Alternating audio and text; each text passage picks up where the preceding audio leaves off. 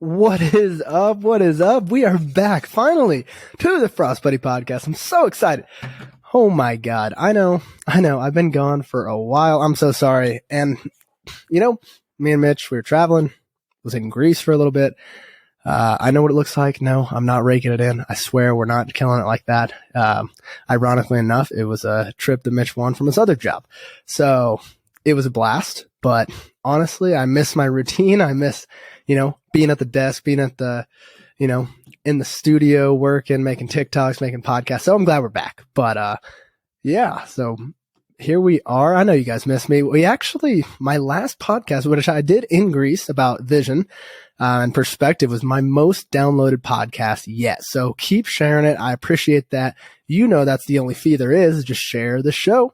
So, I appreciate that. And we're really getting the word out. I've had more and more questions coming in. And so it's just super cool to see it grow, see it blossom. I'm going to keep at it and keep going. That's the hardest part, right? Is consistency to anything. I wrote on LinkedIn the other day that, oftentimes you see a success story and what it says is, oh man, in the last 2 years, they really blew up.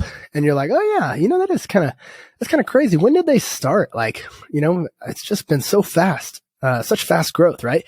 And you look it up and it's like, oh crap, they started 20 years ago. They started 15 years ago. And it's, it's like that. It's just the consistency, right? If you see anyone that's just like been this overnight success, odds are they've been building. And then finally something happened. Maybe it was a pivot. Maybe it was an idea, something. And, they finally hit that. They finally broke through. So, just a little tidbit there, but we got a good one for you. I got this question today. I've been getting more and more questions from, up and coming entrepreneurs and people that are just intrigued with startups, which is super cool, right? Because, obviously I've had a ton of help. I want to give back as much as I can. Even, I feel like it's cool that I'm in the process of doing this. Like we are far, far from having it figured out. And so like I can kind of go through the struggles, the pains that we're currently in rather than like, I listen to other podcasts or maybe you look at like billionaires, right? It's really hard to relate. It's really hard to adapt or not to adapt. It's really hard to just like understand where they're coming from because it's like, you don't remember, they don't necessarily go back to when they were really, really struggling. It's like, what happened when you're in the weeds, right? That's what I want to know. I want to know like, how the hell did you get from, 1 million to 10 million, not 1 million to a billion? What were those steps? What were those processes like? And so I think it's cool that I'm in that and that I can share it with people. And, I think every founder, every, person in their own business would say that time is very valuable and precious. So, I think rather than me scheduling meetings with a bunch of people, I can be like, hey, let's just go listen to the podcast. I'm putting it all out there for you. That way I can, reach more people, with this medium rather than having to meet one-on-one. I think it's just super cool that way. So let's get into it. This question was very, very interesting to me. And so she pretty much said, hey, like I have an idea. I have this idea for a product and I just don't know. I don't know anything about where to start, what to do. Like clearly you did it. Clearly, you do it all the time, right? Because we're bringing out new products and this and that. And I think a lot of people don't know, like, hey, I got this idea, this product. How do I get legs on it? How do I go from idea to actually creating this product? And so, I want to go in depth on that a little bit and just, so let's say I started off with the Universal, right? And I have this idea. I'm like, how the hell do I get this? Like, I have this idea, but I don't know how to make it. Who makes it? Right. And so, if it's like a hard good, like our stainless steel, maybe plastic, something like that, maybe cloth, textiles, most of that is going to be made overseas, China or, where is it? China, Thailand, Vietnam, like just depends maybe what industry, but like stainless steel, for example, very heavily in the Chinese market. Same with like a lot of like plastic stuff, with that. So, for me, when I thought I had this idea written down, scripted on paper, maybe I sketched it out and I'm like, I need to go to Alibaba. So it's called Alibaba. Alibaba.com, or they have the app. And it's basically like, I explain to people, it's like Amazon, but for suppliers, right? And so like I can go there and I can type in like, maybe just can cooler, right? And you'll see a bunch of different people that are making this. And so then you can, go further and you'll see, you can send inquiries to different people. So let's say like maybe you have this idea for like a golf gadget. So I'd type in like, golf divot fixer or whatever. Maybe you have this unique idea, but you find someone that's already making something similar. And I'm sure you have this idea that's unique and creative. And so you're going to go or send your inquiry to them. Maybe, vet out a few. I'd send it to 5 or 6. And then what you're going to do is you're going to, they're all going to, most of them are going to reply. You might get 2 to 3. And you're basically just going to be very open. You just have this conversation and, hey, like I have this idea. Can you make it? Don't give the idea away right away. Cause yes, they will just take it and, they might sell it to other people. So, we obviously kept that. People are like, how do you trust them? How do you trust a supplier that you've never talked to? Well, that's the difficulty, right?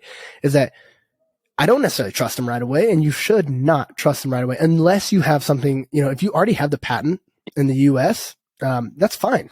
Then you're like, hey, I already got the patent over here.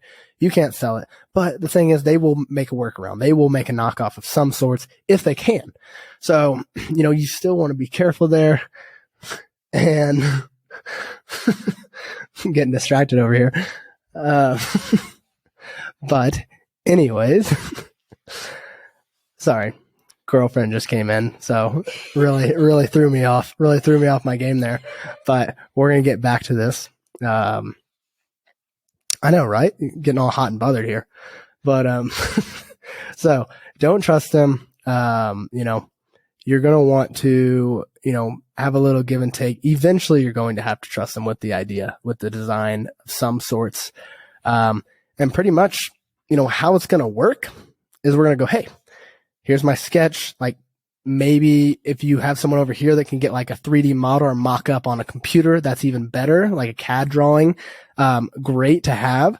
And so what we would do is, let's say, get a 3D model. And sometimes over there, most of the time they have designers over there, right? They'll have product engineers that can make mock-ups for you. So you maybe send your sketch, send your idea. Hey, a little back and forth there, right?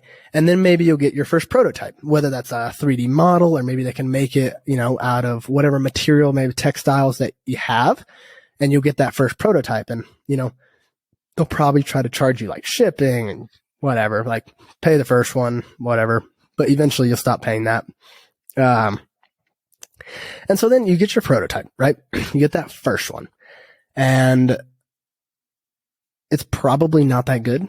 Maybe it is. For us, it took 5 or 6 go arounds of going like back and forth, going, hey, no, this is how it should be. This needs tweaked. Maybe send them videos of like explanations and, they're smart. Suppliers, this is what they do for a living, right? Like we're trying to sell products for a living. They're trying to make products that are, amazing, that sellers in the US and Canada can, make it big. And then now they get to make more and make more money. So, they are also interested in making the best unique products out there. So, just understand that they get it. They understand this prototyping phase. So, we went back and forth 5 or 6 and finally we get it right. Okay. And at this point we're like, hey, like boom, we're good. We're ready. And so, for us, maybe it's like a mold that we might need. So like plastic injection, stainless steel. There's like these molds that you have to make for mass production. Or if it's again, like textiles or something like that, you might not necessarily need the mold, I guess, but you're going to have, that next step of like, hey, mass production time. And then you're going to say, hey, what's your minimum order quantity? Boom. For us, it was like 3,000 or something, which seems like a lot. And it is. It was a ton at the beginning. Maybe you can negotiate it down to like 1,000, maybe, but odds are it's like 1,000 to 3,000 again, depending on the industry. So don't know there, but pretty much you're going to go into that and then they're going to try to go, with like, let's say a deposit down payment. And then here's where this trust factor comes in. There'll be like maybe 30-40% down to start the mass production. And then 70, maybe 60%. What they're going to probably say is we need this before we ship the goods to you. Now, I would argue you can negotiate that absolutely and say, hey, how about we meet in the middle when it arrives at the port? Now we'll pay you because we still don't have it. So, you can still hold it there, but gives us a little more time, while it's being shipped overseas that, you're not holding our money. Maybe you could screw me over. And so that's a little give and take. And so I will say, if you're just starting, what we did was we actually shipped the first order to our house because you don't know the quality. You've heard horror stories.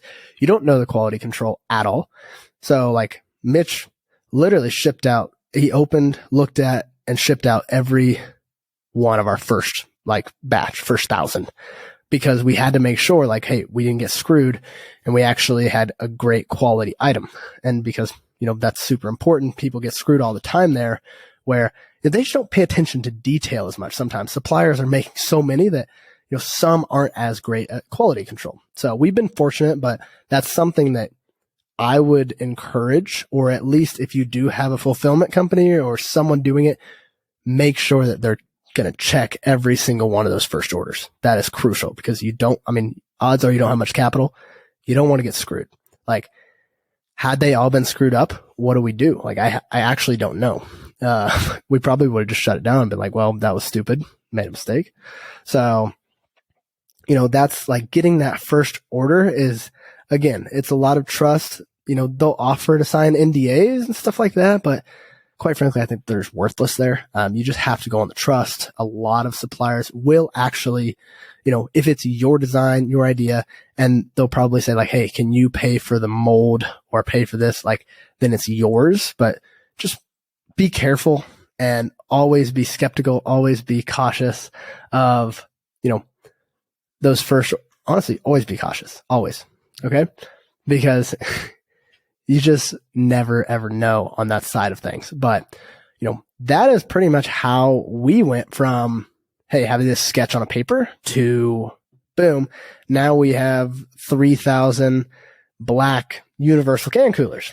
So, it's honestly becomes a simple process. The first time doing it, like anything, it's new. You don't know what you're doing, but as you do it once, now, I put in orders all the time and your supplier, if you get a trustworthy one that you really want to build that the relationship is everything, right? And they will help you, they do it all the time.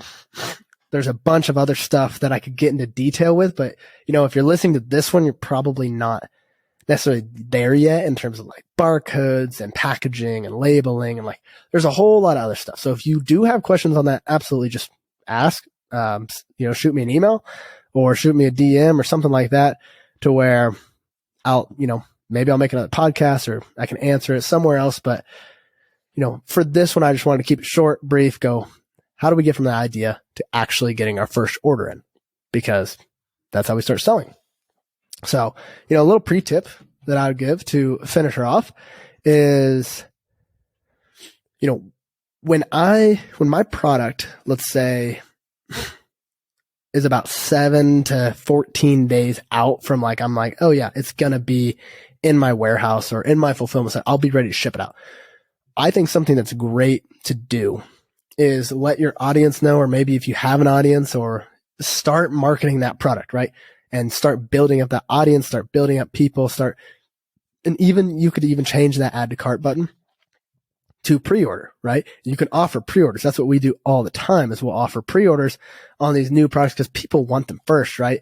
They want to be the first ones. They don't know if they're going to sell out or how quickly. And so they just want to make sure that they get it. And why not get those sales when people are willing to wait? Just be transparent with them. And, it's going to work out really well. You can generate the cash even before you actually have to ship the product. And, as long as you're open, transparent with them, shoot them emails. Hey, timeline, that's all that customers really want. They just want that transparency with that. One thing I forgot, so sorry, because this is actually kind of an important piece of this idea to creation.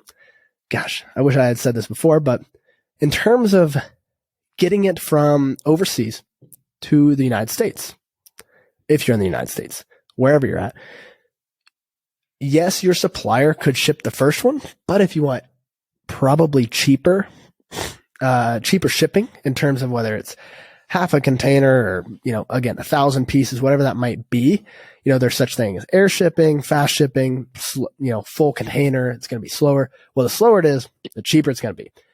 There are freight forwarders left and right, whether they're in China, whether they're in the US, Canada, etc. Right. And so as I vet out several suppliers, I'm also going to be looking for several freight forwarders as well. So if you're getting into this, if you have this product idea, something like that, make sure ahead of time that you get that freight forwarder, and make sure that you maybe can talk to, if you have a mentor, if you have someone else that ships stuff, even again, DM me. Make sure that the pricing that you're getting is, competitive and they're not screwing you over there, and just just always ask around on the pricing and what you could get it at, because, a lot of times they will like to tack on, 2 new people that they know are, just innocent and don't know. They'll, make a few extra bucks a unit on that if they can.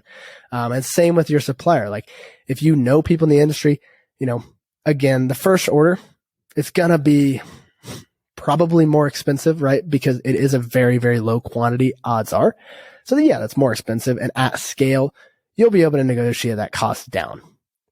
But still, like, do your due diligence and see what the pricing is right now. Like, no matter who's shipping products and goods, it's still based on, weight, and they, people still know the general pricing, right? If you can just give them a little information, so they can help a lot in that term. So that's with freight forwarding.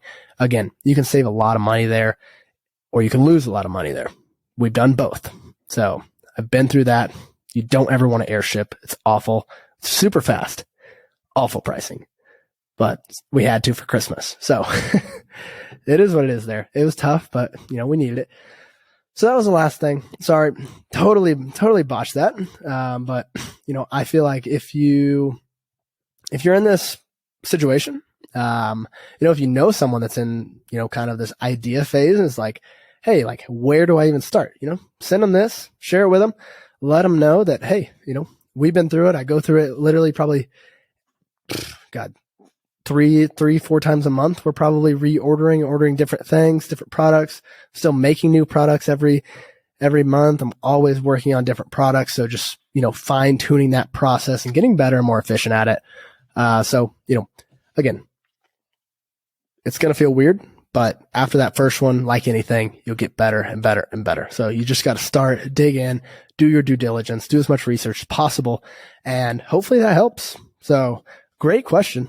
Absolutely great question, and glad to be back. So I will try to be more consistent. I've been so terrible, but I'll be more consistent now with all these podcasts. So, until the next one, which will be tomorrow.